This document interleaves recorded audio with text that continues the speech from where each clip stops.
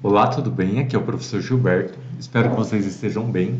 E agora a gente vai falar de um assunto muito importante na química, que é o conceito de ligações químicas. Pois bem, a gente vem de um histórico aí de estudos sobre características dos átomos, estrutura atômica, a gente já estudou tabela periódica e agora é o momento de estudar como é que se dá a ligação entre os átomos. Bom, então o conceito de ligação química é que, na maior parte das vezes, os átomos na natureza, no mundo material fenomênico, eles encontram-se ligados uns aos outros. Então, eu coloquei aqui um exemplo da molécula de água. Ela é formada por oxigênio e dois átomos de hidrogênio. Eles estão ligados por um tipo especial de ligação, que é a ligação covalente. Depois a gente vai explicar melhor sobre ela. Então, é, os átomos se juntam para formar substâncias químicas diversas de acordo com a quantidade, o tipo de ligação que eles fazem entre si. Bom, só para a gente ver um exemplo da importância enorme de se estudar esse conteúdo, aqui eu estou mostrando para vocês um vaso sanguíneo, por onde estão passando células muito especiais, que são os glóbulos vermelhos, né? As hemácias, e dentro das hemácias tem uma molécula mais especial ainda, que se chama hemoglobina. Então, a molécula de hemoglobina tem dentro dela uma molécula especial, né, uma parte dela que tem toda uma estrutura química feita de ferro. Tá aqui o ferro. E esse ferro no centro dessa molécula, ligado a átomos de nitrogênio, que por sua vez estão ligados a átomos de carbono e de oxigênio e de hidrogênio. Pois bem, essa estrutura química aqui, o importante é a gente pensar que tem um ferro aqui no meio. Esse ferro, ele é capaz de se ligar a uma molécula de oxigênio, de gás oxigênio.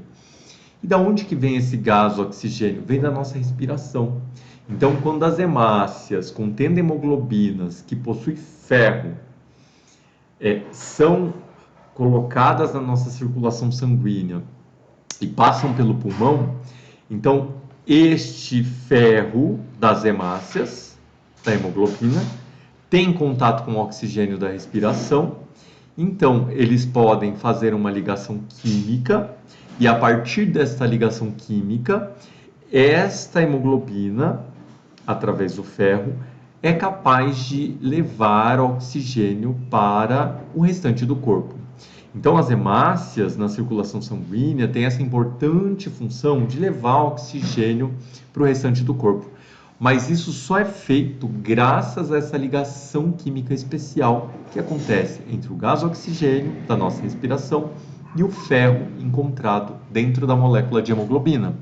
Então, essa é uma mostra, né, da importância de a gente estudar o conceito de ligações químicas, né? Por exemplo, quando a pessoa tem uma dieta baixa, pouco diversa, né, que tem poucos frutas, verduras, legumes, é uma dieta cheia de alimentos ou produtos alimentícios ultraprocessados, né, desbalanceados nutricionalmente, então essa pessoa ela pode ter uma desnutrição de vários elementos químicos, mas em especial pode ter uma desnutrição de ferro. Com uma baixa ingestão de ferro, a pessoa não consegue produzir hemácias, né, glóbulos vermelhos, na quantidade ou na qualidade que se precisa para ter um bom transporte de oxigênio. Então, esse quadro é chamado de anemia ferropriva, ou seja, uma anemia provocada por uma baixa ingestão de ferro na dieta. E isso vai provocar uma menor oxigenação dos tecidos, porque você transporta menos oxigênio, e um dos sintomas clássicos da anemia ferropriva é o cansaço, a fadiga, né? A pessoa não consegue subir, fazer atividades do dia a dia de forma adequada, então ela vai subir uma escada, ela se sente muito fatigada, cansada, né, com dificuldade respiratória, justamente porque ela não está conseguindo oxigenar adequadamente os tecidos corporais. Olha a importância da gente estudar ligações químicas. Mas, professor, como é que um átomo se liga ao outro? Pois bem, olha só que interessante. Aqui é uma representação da molécula de água e estão colocados aqui as camadas eletrônicas, tanto do oxigênio, né, tem duas camadas, e a água tem uma camada eletrônica somente. O que a gente consegue perceber aqui é que os três átomos estão ligados pela camada mais externa de cada um. Então, os átomos se ligam uns aos outros pela camada de valência. E o que é camada de valência mesmo? Só para a gente revisar, tem um exemplo aqui de um átomo com várias camadas eletrônicas, cada camada está representada por um círculo, e a camada mais externa é chamada de camada de valência. Os elétrons de valência são justamente os elétrons que pertencem à camada de valência. Então, qual é a importância da camada de valência? É o seguinte, a quantidade de elétrons na camada de valência, porque os átomos se ligam através das suas camadas mais externas, então o número de elétrons da camada de valência vai determinar o comportamento químico desses átomos, né? Então, se ele tiver um elétron de valência, 2 ou 3, isso vai impactar numa certa capacidade de fazer ligação química com outros átomos. E a gente vai aprender essas regras daqui para frente. Mas é importante a gente saber que a determinação do número de elétrons de valência é crucial para a gente entender comportamento químico quando se fala de ligação química entre átomos. Então, para isso, é bom a gente revisar uma questão. Na tabela periódica, o número de elétrons de valência, ele corresponde à localização do elemento químico naquela família, ou grupo, para alguns grupos da tabela periódica, não é para todos. Então, só para revisar, a tabela periódica ela é composta de 18 colunas verticais, né? Essas colunas elas são chamadas de famílias ou grupos, e a tabela periódica é composta também de 7 linhas horizontais, que são chamadas de períodos. Essas duas linhas destacadas, que começam com lantânio e actínio, elas fazem parte, respectivamente, do sexto e sétimo período. Elas só foram extraídas do sexto e sétimo período, da sexta e sétima linha, para ficar mais organizada a tabela periódica, senão ela teria que ser muito comprida, não ia caber nem na lousa, nem no livro. Então, eles foram destacados, mas elas fazem parte da sexta e sétima linhas. Bom, então, os grupos, eles são de 1 a 18, e para os grupos 1 e 2 e do 13 ao 18, vale a gente lembrar que o número do grupo corresponde, no caso do grupo 1 e 2, ao número de elétrons de valência, portanto, o grupo 1, né, que inclui o hidrogênio, mais os metais alcalinos, lítio, sódio, potássio, rubídio, césio e frâncio, todos têm um elétron de valência. Do grupo 2, que são os metais alcalinos terrosos, berílio, magnésio, cálcio, estrôncio, bário e rádio, todos têm 2 elétrons de valência. Então você não precisa fazer a distribuição eletrônica, basta você lembrar a localização, ou melhor, verificar a localização na tabela periódica e verificar que eles têm 1 e 2 elétrons de valência respectivamente. E para os grupos 13 a 18, o número de elétrons de valência corresponde ao número do grupo, excetuando, né, tirando o dígito 1. Então, no caso do grupo 13, são 3 elétrons de valência, 14, 4 elétrons de valência, 15, 5 elétrons de valência e por aí vai, tá? Uma observação. O hélio, ele está aqui no grupo 18, portanto, o grupo dos gases nobres, né? E o hélio, veja, ele não tem 8 elétrons de valência. O hélio tem 2 elétrons de valência. Então, ele foi, na verdade, o hélio, pela distribuição eletrônica, seria melhor localizado aqui no grupo 2. Mas ele foi extraído daqui e colocado no grupo 18, porque, assim como os outros elementos químicos do grupo 18, ele se encontra isolado na natureza, eles não fazem ligações químicas com outros elementos, e também ele se encontra na forma gasosa. Esses elementos do grupo 18 foram assim, então, classificados como gases nobres, né? Eles têm essas características em comum. São gases a temperatura ambiente e também são encontrados isolados na natureza. O hélio faz parte desse grupo e aí ele foi colocado no grupo 18. Mas é importante lembrar que o hélio só tem 2 elétrons e, portanto, 2 elétrons de valência.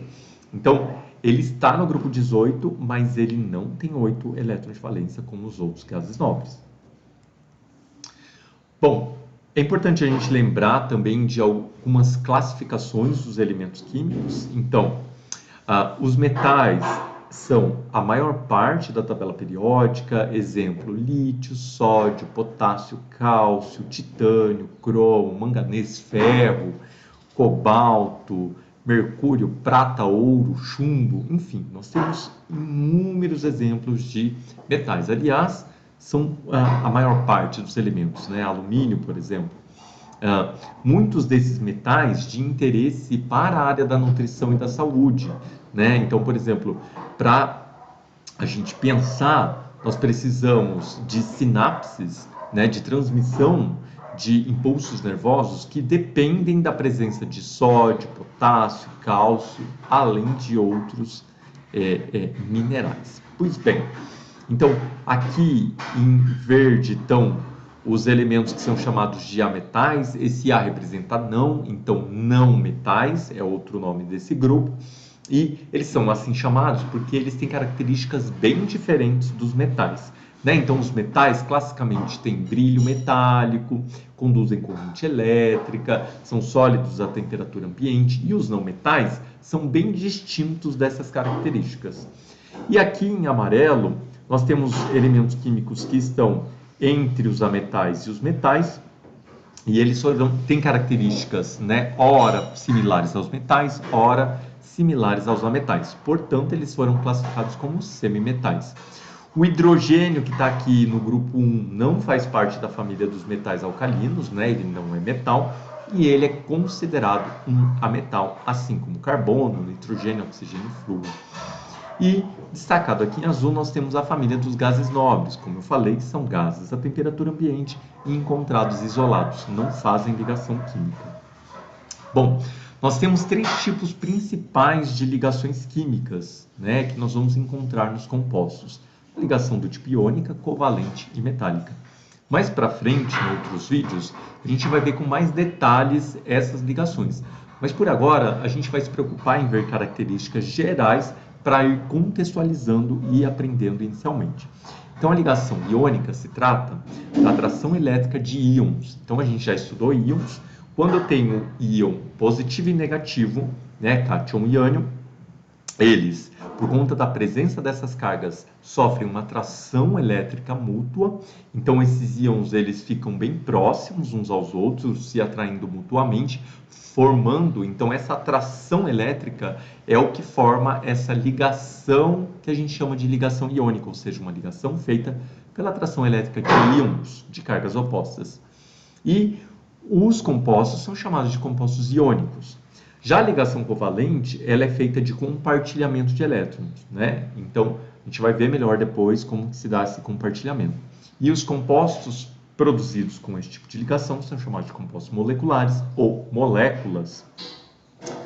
E a ligação metálica, ela tem um modelo de ligação química que a gente vai chamar aqui de modelo de mar de elétrons. Então, é como se eu tivesse um retículo cristalino de átomos, onde em volta desses átomos ficam alguns elétrons livres, né, no entorno desses átomos, e aí por isso que a gente chama de mar de elétrons, a gente vai ver depois com mais detalhes, e a gente chama os compostos feitos de ligações metálicas de compostos metálicos ou simplesmente metais.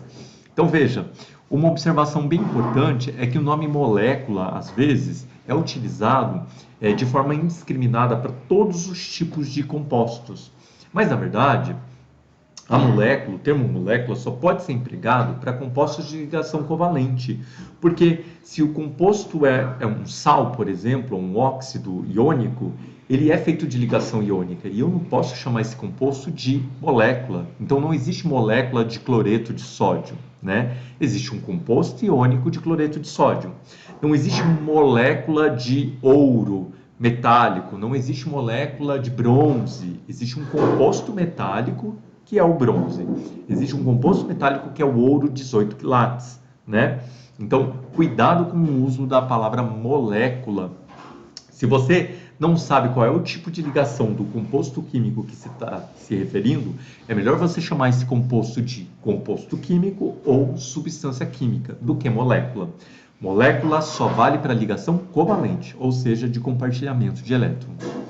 Bom, como eu falei, a ligação iônica aqui está representado, né, um retículo cristalino. Então nós temos um cristal de cátions e ânions. A gente está vendo que o cátion, nesse caso, ele está menorzinho e o ânion maior. E em volta de cada ânion eu tenho vários cátions, e em volta de vários cátions eu tenho vários ânions. Então, isso faz com que essa substância química tenha uma ligação entre os átomos, justamente porque eles têm cargas elétricas opostas e elas se atraem mutuamente. Então, essa atração eletrostática entre os cátions e ânions é o que faz os átomos se ligarem. E a gente chama esse tipo de ligação iônica, ou seja, ligação de íons.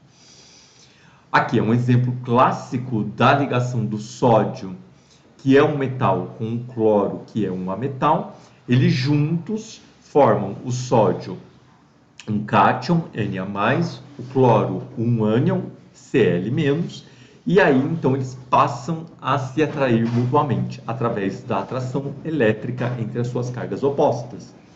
Então, a ligação iônica, ela acontece na ligação de metais com ametais, como é esse exemplo aqui do cloreto de sódio. Então, nós temos como exemplo de compostos iônicos o sal de cozinha e alguns minerais iônicos. Por exemplo, para a gente extrair alumínio, a gente usa um mineral iônico chamado bauxita, que é um composto iônico formado entre oxigênio e alumínio. Para a gente extrair ferro, produção de ferro, a gente pode usar um mineral iônico chamado hematita, que é um composto iônico entre ferro e oxigênio. Então, existem muitos empregos dos compostos iônicos na nossa vida. O sal de cozinha é um deles. Então, os compostos iônicos são muito importantes por conta da presença de sais minerais. Quando a gente fala sais minerais, isso nos remete à presença de compostos que são iônicos, porque os sais são grupos de compostos iônicos e pelo menos uma parte deles é feito com minerais, que normalmente são metais, absolutamente relevantes para o funcionamento das plantas. Por isso que é muito usado na agricultura. Então, por exemplo, as plantas precisam de cálcio, fósforo, magnésio. Então, se eu quero fazer uma melhora nutricional do solo para o crescimento de um plantio específico, eu vou lá, faço uma medição química da concentração desses sais minerais e aqueles que estiverem deficientes para o bom crescimento das plantas, eu vou lá e posso fazer uma correção com adição de fertilizantes. Muitos fertilizantes podem ser naturais, outros fertilizantes podem ser sintéticos, produzidos na indústria. De qualquer forma, a gente está pensando numa reposição de sais minerais para o bom crescimento dessas plantas. Isso é muito utilizado na agricultura. Olha, é muito interessante isso, né? Porque as plantas vão precisar de sais minerais para o funcionamento do seu metabolismo, das suas células. Então, elas vão extrair esses sais minerais do solo. E depois nós, seres humanos, vamos os alimentar, né? E os outros animais, os animais herbívoros, que vão se alimentar das plantas, através da ingestão desses produtos de plantas, né? Folhas, raízes, caules, frutas, sementes. Então, a partir dessa ingestão, a gente obtém, além de outros nutrientes, os sais minerais que nós precisamos para a nossa própria vida. Então, por exemplo, comendo folhas verdes escuras, é possível que eu tenha uma boa ingestão de ferro para uma boa produção de hemácias, né? Ou então de cálcio para sinapse e um bom funcionamento do sistema nervoso. Então, o cálcio e o ferro eu vou obter de frutas, verduras, legumes, por exemplo, né? Por isso que é importante eu ter uma boa agricultura para também ter uma boa nutrição. Um exemplo clássico, né, da presença de compostos iônicos no corpo humano é o sistema ósseo, que é feito de um composto iônico, né, de fosfato de cálcio. Já a ligação covalente, ela é feita, né, quando os átomos eles compartilham os elétrons da sua camada de valência. Nesse caso aqui, o hidrogênio está compartilhando este elétron com esses elétrons do oxigênio, esse hidrogênio está fazendo a mesma coisa. Esse outro composto molecular, que é o gás cloro, né, os dois cloros estão compartilhando estes elétrons, cada um da sua camada de valência, e esse compartilhamento faz com que esses átomos, então, estejam ligados por este contrato de compartilhamento, que a gente chama de ligação covalente. Então, a ligação covalente é aquela que existe, por exemplo, na molécula de água, e ela vai acontecer na ligação entre ametais e ametais. O hidrogênio é ametal, o oxigênio é ametal, e eles juntos formam uma ligação de compartilhamento de elétrons. Alguns exemplos de compostos moleculares, a famosa água, que a gente falou tanto, compostos orgânicos diversos presentes nos alimentos, que têm função nutricional específica, por exemplo, os carboidratos ou também açúcares, né, que têm uma importância enorme para a questão energética corporal, os lipídios, ou gorduras, ou óleos, as proteínas, todos esses compostos que eu estou falando são feitos de compostos moleculares, ou seja, elementos químicos que compartilham elétrons entre si. E também gases atmosféricos, como o gás oxigênio, o gás ozônio, o gás nitrogênio, até o vapor de água, dióxido de carbono, monóxido de carbono, óxidos de nitrogênio e enxofre, que fazem parte da composição da atmosfera, são compostos, são alguns exemplos de compostos de compartilhamento de elétrons, ou seja, moléculas. Já a ligação metálica, como eu falei para vocês, existe uma descrição desse modelo de ligação como chamado de mar de elétrons, e então eu tenho átomos metálicos, em volta desses átomos metálicos nós temos elétrons que são chamados de elétrons livres, que ficam transitando entre esses átomos metálicos. Esse modelo, né, é como se fosse um mar de elétrons, e nós temos então que é como se esses elétrons dessem uma coesão para todos esses átomos. Por isso que a gente chama de mar de elétrons. É como se eles fossem uma cola para esses átomos. Por isso que esses átomos ficam ligados. Então, nós temos diferentes tipos de substâncias químicas metálicas que são feitos, portanto, de ligações metálicas. Por exemplo, o ouro, bronze, aço, latão, chumbo, cobre, alumínio, ferro, prata, são exemplos de substâncias químicas metálicas. E essa ligação se dá entre metais do mesmo tipo ou entre metais de elementos químicos diferentes. Então, nós vamos encontrar compostos metálicos de forma infinita no nosso dia a dia, né? Em estruturas metálicas, por exemplo, desse Fusca. Nós vamos encontrar metais em joias e semijoias. E nós vamos encontrar metais em ligas metálicas. Por exemplo, quando a gente fala de ouro 18 quilates ou ouro 24 quilates, a gente está falando de um material feito de ouro. Então, o ouro é o principal componente. Então, tem átomos de ouro ligados entre si, mas também existe uma presença de átomos de cobre. Então, existe ligação metálica de ouro com cobre numa liga metálica de ouro 18 quilates, por exemplo. Então, quem é que são os gases nobres, né? Aqui a gente tem uma representação da tabela periódica. Os gases nobres, como eu falei, eles estão no grupo 18. Hélio, neônio, argônio, criptônio, xenônio e radônio. Este grupo em especial, como eu falei, na natureza, eles se encontram de forma isolada e na forma gasosa. Por isso o nome gases nobres. Então, esse isolamento social dos gases nobres chamou a atenção dos cientistas, né? Nós temos, por exemplo, na atmosfera o gás hélio. Quando você enche um balão de gás hélio, ele tem uma densidade menor do que a do próprio ar atmosférico e aí o balão sobe. Então, os gases nobres, por estarem isolados de outros átomos, eles não costumam fazer ligações químicas em situações convencionais. No laboratório, né, os cientistas até conseguiram fazer ligações entre alguns gases nobres, mas não é convencional. Na natureza, se você andar por aí e encontrar um gás nobre, ele vai estar sozinho, com certeza. Bom, isso chamou a atenção dos cientistas, e aí eles então pensaram num conceito de estabilidade química, ou seja, Os gases nobres, o que os cientistas inferiram foi o seguinte: por que os gases nobres ficam isolados na natureza? Eles disseram que a estrutura química, né, o que foi pensado, o que foi proposto, é que a estrutura química dos gases nobres garante a esses átomos uma estabilidade química. O que é uma estabilidade química?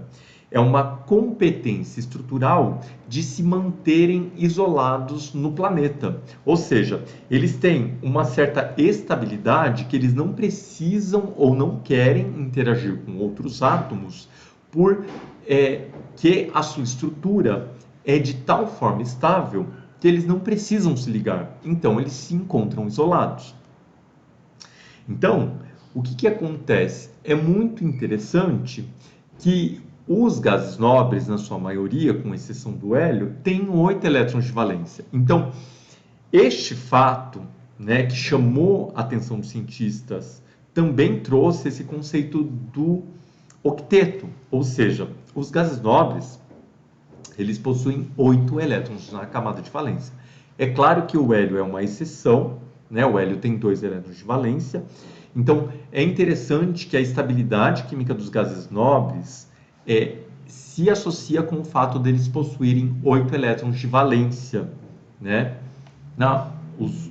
Os 8 elétrons da última camada dos gases nobres. Então, isso trouxe para a gente uma teoria que se chama teoria do octeto, e ela remete ao seguinte: com exceção dos gases nobres, os átomos de outros elementos químicos tendem a se ligar uns aos outros. De forma geral, eles tendem a fazer ligações químicas para obterem uma configuração eletrônica similar à dos gases nobres, ou seja, adquirirem 8 elétrons na sua camada de valência. Essa teoria ficou chamada de teoria do octeto. Então, recapitulando, os gases nobres são encontrados isolados na natureza. Eles não se ligam com ninguém.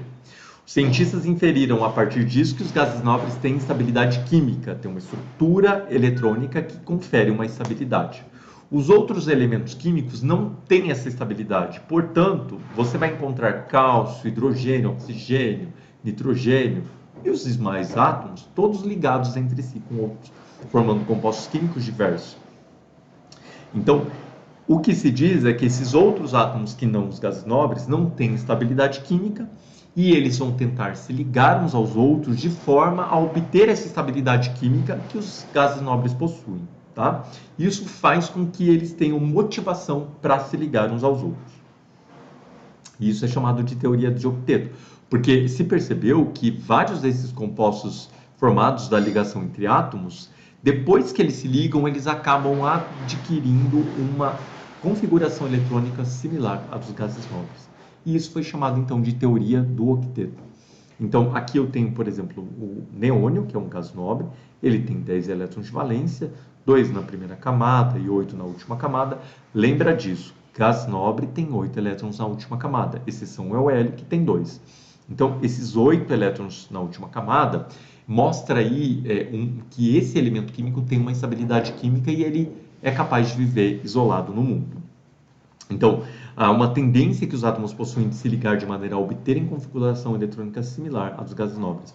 Essa regra inclui tanto o hélio, com apenas 2 elétrons, como os demais que possuem 8, neônio, argônio, criptônio e por aí vai.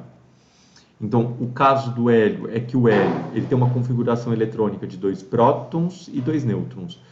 Tendo 2 prótons, ele tem 2 elétrons. Tendo 2 elétrons, ele tem a camada K completa, ele não vai ter 8 elétrons na camada de valência, mas ele tem a primeira camada e última, que é a camada de valência, completa.